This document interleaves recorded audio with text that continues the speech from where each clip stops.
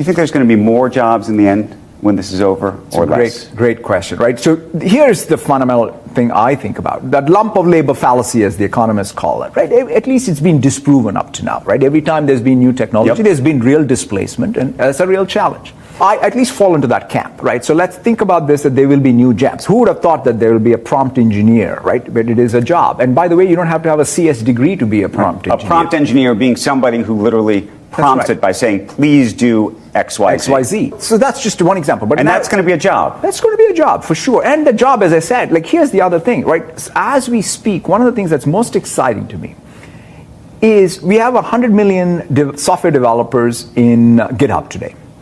With this coding assistance now that we have with Copilot, I think there can be 1 billion developers. In fact, the world needs 1 billion developers, because if you look at the number of every company is a software company, they need more software developers.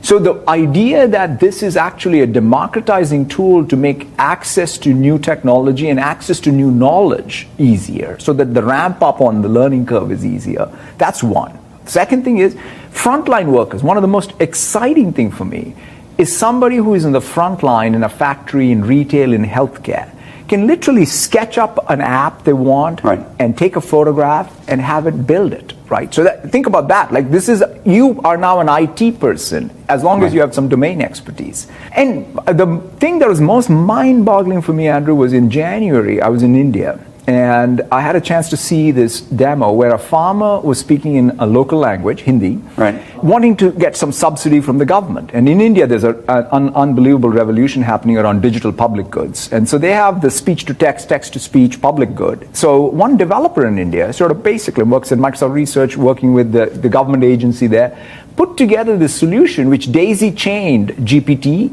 with all of the trained model or text of the Indian government. So this farmer was able to express a complex thought, where he said, I just want the subsidy for, I heard about this program on television.